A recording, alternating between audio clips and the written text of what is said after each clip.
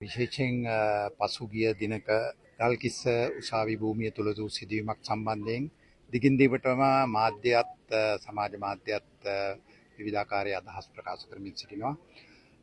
ඔබ දන්නවා මේ රජයේ බලයට පත් වුණාට පස්සේ අපි පොලිසිය දේශපාලනීකරණය නිදහස් කරලා පොලිසියට ස්වාධීන වැඩ කරන්න අවශ්‍ය පරිසරය උදා කරලා දීලා තියෙනවා. ඒ නිසා පොලිසියේ සියලු දෙනා මේ වෙනකොට ධෛර්ය සම්පන්නව සක්‍රීය ලෙස තම සේවාවන් ඉෂ්ට කරමින් ඉන්නවා. මේ සිද්ධිය සිද්ධ වෙන්නේ පහුගිය දිනක ගල්කිස්ස උසාවි භූමියේදී පොලිස් නිලධාරියෙක් සහ නීතිඥයෙක් අතර ඇතිවෙච්ච යම් ආරවුල් තත්ත්වයක් තමයි මේකට බරපාලා තිබුණේ. මෙහිදී එකක් ප්‍රකාශ කරන්න අවශ්‍යයි. පොලිස් නිලධාරීන් නීතිය ක්‍රියාත්මක කිරීම සඳහා මේ වෙනකොට පොලිස් නිලධාරීන් නීතිය ක්‍රියාත්මක කිරීමේ නිලධාරීන් හැටියට උසාවි භූමිය තුළ රාජකාරී සඳහා පවර්ලා තිබුණා. රාජකාරී සඳහා යොදවලා තිබුණා. එවැනි රාජකාරියක යෙදී සිටින නිලධාරියෙකුට සිදු බලපෑමක් සම්බන්ධයෙන් මේ වෙනකොට ඔහුගේ පාර්ශ්වයෙන් පැමිණිල්ලක් ලැබිලා තියෙනවා. අපි පොලිස් දෙපාර්තමේන්තුවේ සියලුම නිලධාරීන්ට මේ වෙලාවේ ප්‍රකාශ කරන්න අවශ්‍යයි. ඒ නිලධාරියාට යම් අගතියක් අසාධාරණයක් වෙනවා නම් ඒ වෙනුවෙන් පොලිස් සේවාවේ ඇමතිවරයා හැටියටත් පොලිස් දෙපාර්තමේන්තුව හැටියටත් පෙනී සිටින්න අවශ්‍යයි. ඒ වෙනුවෙන් මැදිහත් වීම කරනවා.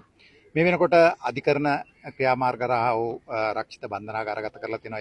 ඒ නිසා ඒ පිළිබඳව මා වැඩිදුර පැහැදිලි කිරීමක් කරන්නේ නැහැ. කෙසේ වුවත් ඒ අවස්ථාවේ ඒ කාරණයට නැත්නම් ඒ ආරවුලට සම්බන්ධ වූ නීතිඥයාගේ හැසිරීම පිළිබඳව අපි මේ වෙලාවේ දැඩි කනස්සල්ල පළ කරනවා. ඔහුගේ අශෝභන හැසිරීම මා හිතන්නේ අධිකරණයට කරපු අපහාසයක් ඇටියට තමයි සලකන්නේ.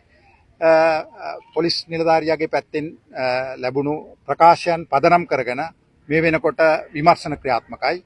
ඒ හින්දා අපි ඒ ආකාරයෙන් රාජකාරියට බාධා කරමින් උසාවි භූමියේ අශෝභන ලෙස හැසිරිච්චි උසාවියට අපහාස කරමින් හැසිරිච්චි ඒ නීතිඥයා සම්බන්ධිනුත් ඉදිරි ක්‍රියාමාර්ග ගන්නවා.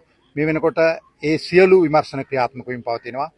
අපි හැමදාමත් කිව්වා වගේ නීතියට උඩින් කිසිවකුත් නැහැ. අපිට තරාතිරම අදාළ නැහැ. සියලු දෙනා නීතියේ රැහැනට අපි ගේනවා. ඉතින් අපි පොලිස් දෙපාර්තමේන්තුවේ සියලු නිලදරුවන්ට කියන්නේ ඔබේ නීතිය ක්‍රියාත්මක කිරීමේ කාර්යභාරය ඔබ නිවැරදිව කරන්න. ඔබ නීතියට එකඟව ඒ කාර්යභාරයන් ඉෂ්ට කරන්න. ඔබගේ රාජකාරී නොබියව කරන්න. අපි ඒ වෙනුවෙන් ඔබේ රැකවරණ වෙනුවෙන් අපි පෙනී සිටිනවා.